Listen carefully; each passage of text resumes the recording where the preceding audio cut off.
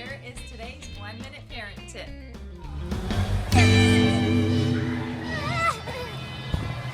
Have you ever gotten angry at somebody in your family?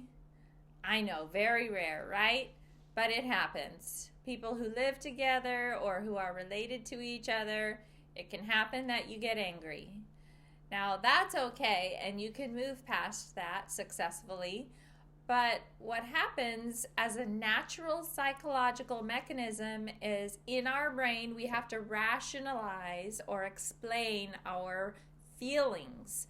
The feeling angry is a very primitive feeling, but our mind needs to explain it. So we write a story in our mind about that anger, and it usually has a blaming theme to it or a criticizing theme to it. So when you've gotten angry, have you noticed that in your mind you start thinking of all that's wrong with that other person or that situation, what they should have done to explain your anger? Well, you don't need this explanation because it's okay just to acknowledge that you got angry and move past it.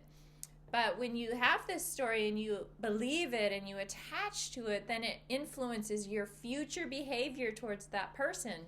And it fosters more anger, and the anger cycle just escalates. And at that moment, when you choose to believe your angry, blaming story, there is no way to get a solution or a collaboration with the person that you're blaming. So what I propose is just don't believe your angry story. Move to a solution.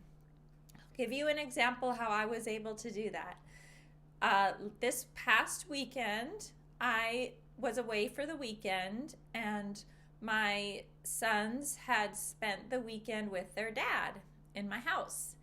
And when I came home, I walked in the kitchen and I noticed there was a huge mound of dirty, crusty dishes in the sink. And I felt irritated. And immediately I made a story in my mind about what a slobby mess, and these people, they're not clean.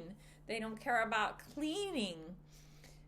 And I started to get even more upset, but then I stopped myself and said, well, all that needs to happen is that the dishes need to be cleaned.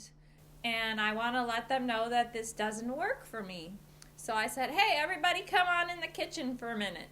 And they came into the kitchen, and I said, when I'm not here, you need to do dishes. Here's how you do dishes. And I showed them some of the things, the way that I like the dishes to be done, to be put in the dishwasher, how to load it, and with crusty food on a plate, put a little water, let it soak. If you're going to leave it out overnight, at least let it soak in some water.